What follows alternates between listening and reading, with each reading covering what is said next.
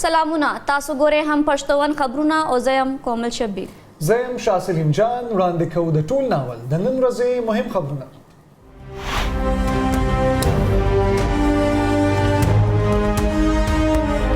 د پی ټی آئی د بیډ نخې د واپس کولو معاملہ الیکشن کمیشن آف پاکستان پیښور ہائی کورٹ کې د نظر ثانی اپیل دائر کولو فیصلہ.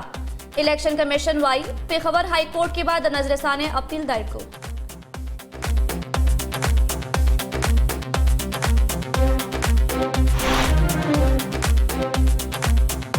تحریک انصاف ته د بیټ نخې واپس کولو په عدالتي فیصله د سیاسي مشرانو لخوا سخت ټکونه.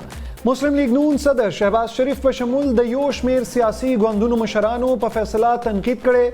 هغوی د پیښور های کورټ فیصله د اختیاراتو نه تجاوز او یو اړخیزه ګرځولي.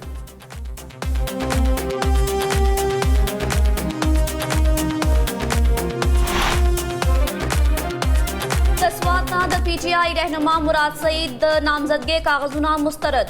مراد سعید د ان ایس الورم نه کاغذونه جمع کړیو. هغه کال 2013 کې د قومي اسمبلی ممبر منتخب شوی.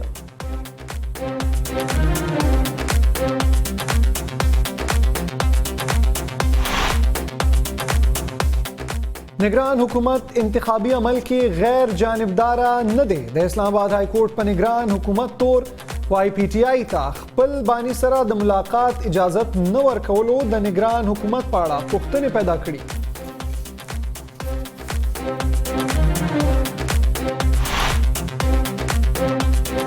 د سایفر کې سماعت د کاروای نه بغیر 3 جنوري پورې ملتوي. د جج ابوالحسن ذوالقرنین د طبیعت خرابې په سبب د کیس اوریدنه ځنډول شوې. د اوریدنې نه وړاندې د جیل انتظامی د پی ټی آئی بانی چیئرمین د خپل خویندو سره په جیل کې د لیدنې نه منع کړې.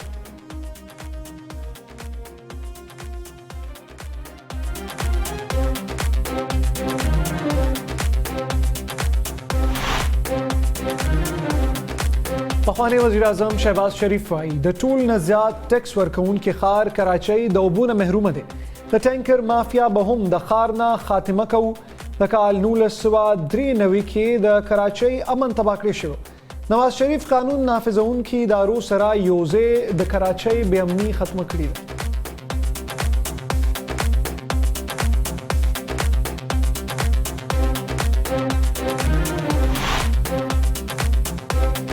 د پولیس لاینز حملې ټول سہولتکار گرفتار کړی شوي دي. روان کال په پولیس 130 د ترهګرۍ حملې ناکامه کړې شوي. کال 2023 کې 912 ترهګر گرفتار کړی شوي او 300 وژل شوي. 15 خودکش حملوں کے 10 افغان ترہگر ککڑو. د خیبر پختونخوا پولیسو مشر اختر حیات خان لخوا ویڈیو پیغام جاری.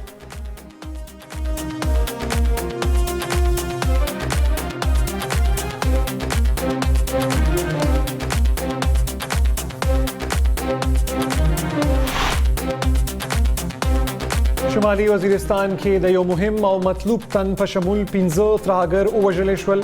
میر علي خارګوټي سره نږدې اے پی کې د ترهګرو خلاف عملیات ترسره. په وژل شوو کې د رازف په نامه یو مطلوب ترهګر هم شامل.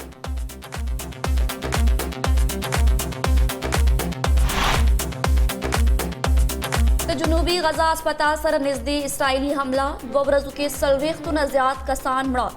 د اسرائیلو مسلسل فضائی بمبارۍ او ځمکنو حملو کې تر اوسه پورې ګڼ شمېر کې فلسطینیان شهیدان شوي.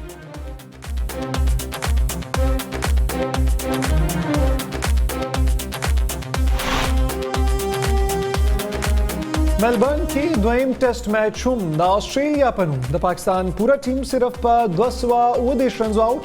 پاکستان ته د ګټې لپاره د 319 رنزو هدف ورکړی شوی.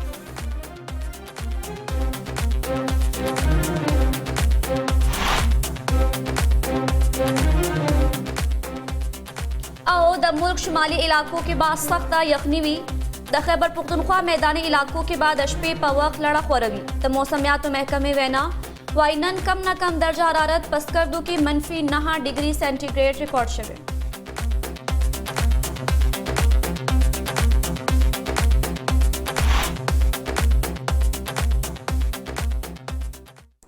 دا مهم خبرونه په هم پښتون تفصیلی خبرونه د دې وړې شان د مینه پس موږ سره اوسئ.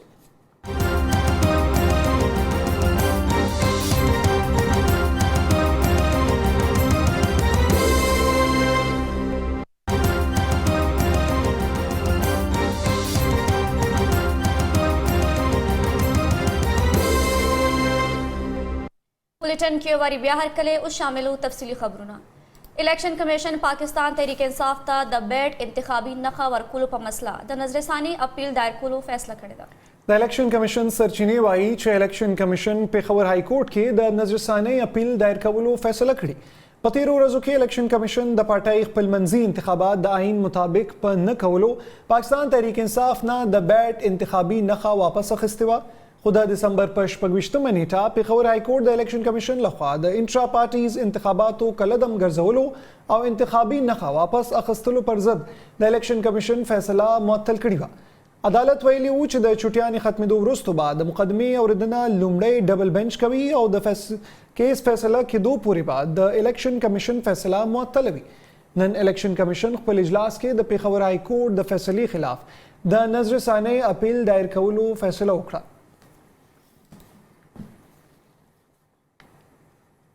الیکشن کمیشن آف پاکستان د مخصوصو څوکو لپاره د ټاکنو شیډول بدل کړي. د نوټیفیکیشن لمخې د مخصوص څوکو لپاره د نامزدګۍ کاغذونو جانچ پړتال به د جنوري تر 14 نیټې پورې جاری وي.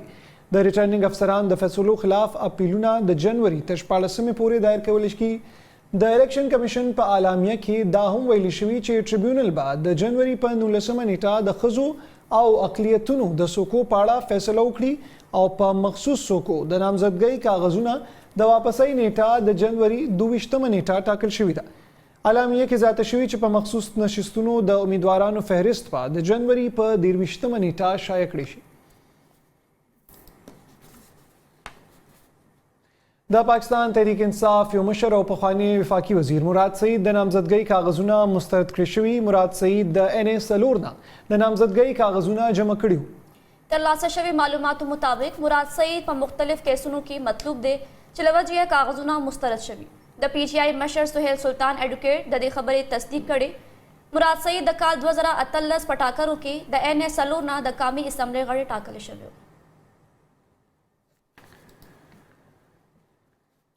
د عوامي نېشنل پارټۍ مرکزی مشر امیر حیدر خان هوتی ویلي دي چې د پښتنو د روښانه سباوون او ترقۍ لپاره د پښتنو اتفاق او اتحاد د وخت ضرورت دی. په موجوده وخت کې د ځوانانو مرسته عوامي نېشنل پارټي سره ده. که په کال 2018 کې د سازش په ذریعه موږ نه اقتدار نه وی اخیستی شوی نو نن به صوبه زر اربه قرضداره نه وه. دا وینا هغه په رستم کې یو لوی ورکرز کنونشن ته د وینا په مهال کړي. حیدر هوتی ویل چې زه د ځان لپاره ووټ نه غواړم، زه ووټ د پښتنو په وسایلو د اختیار لپاره غواړم. حیدر هوتی زیاته کړې ده چې که پښتنو پر روان ټاکنو کې په عوامي نېشنل پارټۍ اعتماد وکړو نو د مخکې نه به ډېر زیات د پښتنو خدمت کوو. سیاست کې خپل مخالف کمزورې نه دي ګڼل پکار، هر وخت د مقابلې لپاره ځان تیار ساتل پکار دي. اسلام آباد های کورټ په نگران حکومت دا تور لګولي چې انتخابي عمل کې غیر جانبدار نه دی. عدالت د جمعې په ورځ ویل چې انتخابات لپاره مشورې کول د سیاسي ډلو یو بنیادي حق دی. د PTI چیرمن ګوهر خان او د نور وکیلانو هغه های کورټ ته اپیل کړو چې د پارټۍ بانی سره جیل کې مشورې کول غواړي. درخواست منظور کړو چې غواړي د جیل د پارټۍ بانی سره ملاقات وکړي. عدالت ویل انتخابات لپاره د مشورو اجازت ورکول د هغوی حق دی. عدالت زیاته کړې ده چې PTI ته خپل بانی سره د ملاقات اجازت نه ورکولو د نگران حکومت په اړه پوښتنې پیدا کړي. عدالت د PTI د درخواست په مخالفت په سرکاري وکیلانو سخت ټکونه هم کړي دي.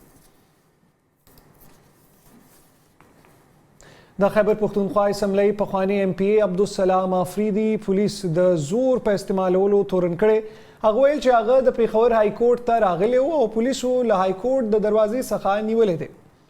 په ویډیویي بیان کې پخوانی MPA زیاته کړي چې هغه د خپل خلاف درج شوي مقدمو د تفصیل لپاره های کورټ ته مخه کړې وه او درخواست جمع کولو لپاره راغلی و. پولیسو هغه په دروازه کې ودرو، هغه یې مجبوره کړو چې په موټر کې کینی او شاوخوا په موټر کې چکر ورکولو وروسته یې هغه واپس د های کورټ مخې ته کوز کړو. هم پښتون دا هڅه هم کوي چې په دې اړه د پولیسو دریځ واخلي. پشاور ہائی کورٹ آ رہا تھا اپنے خلاف کے معلومات لینے کے لیے کہ ہمارے خلاف اور کتنے کیسز ہیں، کیونکہ پہلے جو کیسز انہوں نے ہمارے خلاف بدنیت میں جو کیسز بنائے تھے اس میں تو ہم نے BBA وغیرہ کیے ہوئے ہیں، کچھ میں کنفرم ہو گئے، کچھ چل رہے ہیں ہمارے کیسز کورٹ میں. اس کے باوجود ہمارے BBA کے باوجود ہمیں پولیس تنگ کرتی ہے. تو اس کے لیے ہم ہائی کورٹ آ گئی کہ ہم چیک کر لیں کہ ہمارے خلاف اور کتنے کیسز ہیں. ہم 19A کے تحت ریٹ پیٹیشن جمع کرنے کے لیے آ رہے تھے، مگر بدقسمتی سے پاکستان کو انہوں نے بنانا ریپبلک بنایا ہوا ہے. ہائی کورٹ کے گیٹ پہ باہر پولیس کھڑی تھی اور وہ کسی کو اپنے لیے انصاف لینے کے لیے اندر چھوڑ نہیں تھے ہائی کورٹ میں کہ کوئی اپنے لیے کوئی ریٹ پٹیشن جمع کرے, کوئی کیس کرے. اس طرح تو وہ بنانا ریپبلک میں بھی نہیں ہوگا. ہائی کورٹ کے گیٹ سے مجھے زبردستی اٹھا کے لے کے گئی اور پھر ادھر گاڑی میں شہر کے اندر مجھے چکر دے کے پھر واپس ادھر ہائی کورٹ کے سامنے ادھر چھوڑ دیا. پتہ نہیں انہوں نے کدھر سے کچھ انفارمیشن انہوں نے لیے, مگر مجھے پھر ادھر واپس ہائی کورٹ کے گیٹ کے باہر چھوڑ دیا. خبر شامل ہو پر ضلع کوہاٹ کے انتخابات راتلو سرا سیاسی درجہ حرارت کے پلو یا کچا اضافہ شویدہ. این اے پینزر دریوشت امیدوار فواد اللہ ادھر پی کے نوی امیدوار جنید اللہ پدرناوے کے پدر آدم خیل کی لویا ہنڈ شویدہ. قبائلی سمت در آدم خیل کے تابعہ شوی دستورے کے پگنش میں قبائلو گڈو نکڑو اور دخپل آزاد امیدوارانو د حمایت اعلان اکڑو. د کامیو صوبائی اسمبلی امیدوارانو دستوری تخ پلوینا کیویل چې در آدم خیل پتیر دور کې نظر انداز شوی سیمه ده د علاقې مسلو حل طرف ته هیڅ چا هم پاملرنه نه ده کړې.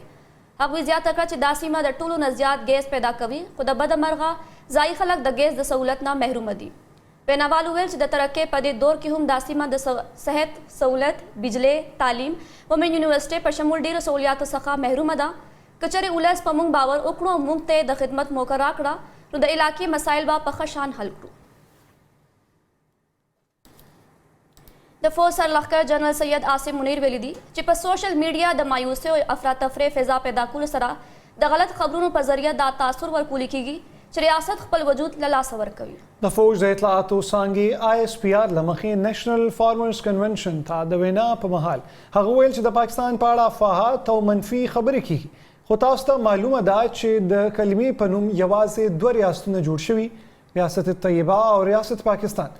دا محض اتفاق نه دی, د کام سره په ګډه به د ټولو مافیا مخه نیسو.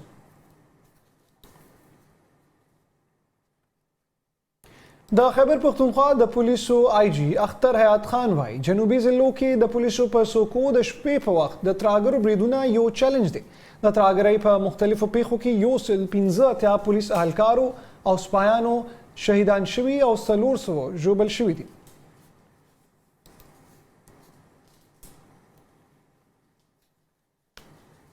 شمالي وزیرستان کې د یو مهم او مطلوب تن په شمول د 15 ترهګرو د وژلو خبر ورکړی شوی. امنیتي ذریعو ویل چې میر علي خارګوټي سره نږدې اے پی کې د ترهګرو خلاف عملیات ترسره شول. په وژل شوو کې د رازق په نامه یو مطلوب ترهګر هم شامل دی چې د خوارۍ اے پی په نوم هم مشهور. د نورو وژل شوو کسانو پیژندنه د بلال، ساحل عثمان، افغاني او یو افغان وګړي شامل دي. امنیتي ذریعو په سیمه کې د افغان او نورو ترهګرو د موجودګۍ په اړه د مقامي قبایلي مشرانو پام دی مسلې ته راوړل دي. دوی وایي چې امنیتي ځواکونه سیمه کې د امن قیام لپاره کوششونه جاري ساتي, ولې ځینې کسان د امن مخالفت ته کار ویلی دی. پاکستانی امنیتي ذریعو افغانستان کې د یو پاکستانی طالب مشر د وژل کېدو دعوه کړې ده. ذریعو د جمعې په ورځ ویل د شمالي وزیرستان د طالبانو د ډلې مشر حافظ ګل بهادر د افغانستان په خوست صوبه کې وژل شوی. د پاکستانی طالبانو ځینې غړو د دې خبر تصدیق نه دی کړی, خو امنیتي ذریعې وایي چې په حافظ ګل بهادر د سړک غاړې بمي حمله شوې ده چې ورسره 4 نور ملګري هم وژل شوي. د حافظ ګل بهادر د طالبانو ډله شمالي وزیرستان کې په امنیتي ځواکونو په حملو کې ککړه ده. دا ګروپ د ناقانونه تحریک طالبان پاکستان برخه نه ده او چارواکي دا هم وایي چې دا هم افغانستان کې موجود دی.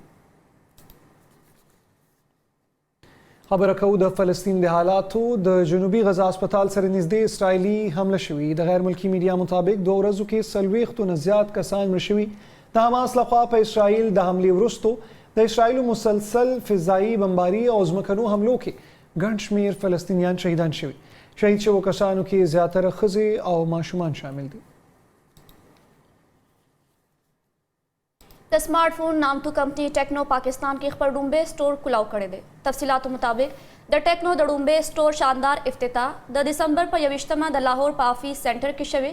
ټیکنو د دې نه وړاندې پاپ اپ سٹور قایم کړی او د صارفینو اطمینان یقیني کولو لپاره اوس ټیکنو د باقاعده سٹور پرانیسته کړی. د ټیکنو وینا ده چې سمارټ فون برانډ لپاره آنلاین آؤټلیټس نه علاوه یو باضابطه سٹور هم ډیر ضروری دی. دا صارفینو ته د اعتماد وړ تجربه ورکوي. داسې خلک چې آنلاین خریداري نه یریږي هغوی ته لین دین کې یو محفوظ لار ملاویږي. ټیکنو د پاکستان په مختلف لوی ښارونو کې نور خصوصي سٹورونه جوړولو اراده هم لري.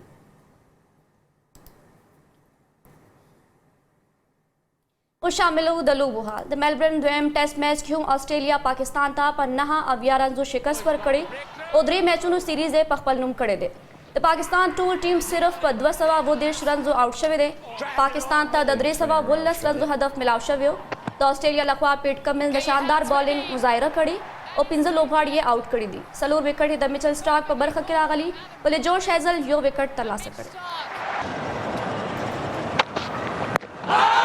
Oh, they like this even more so and given Pat Cummins.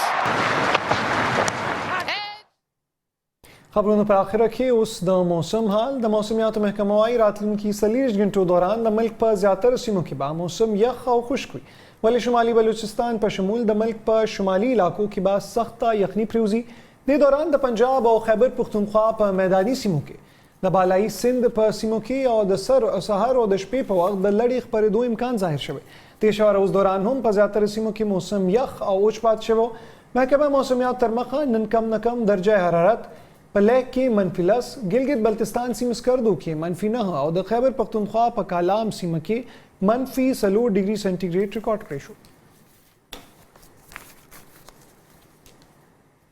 د موسم حال سره د هم پښتون خبرونو دا بولټن پای ته رسي یو لنډه شان د مینه پس تاسو کته شی پروګرام جایزه د لوی الله پام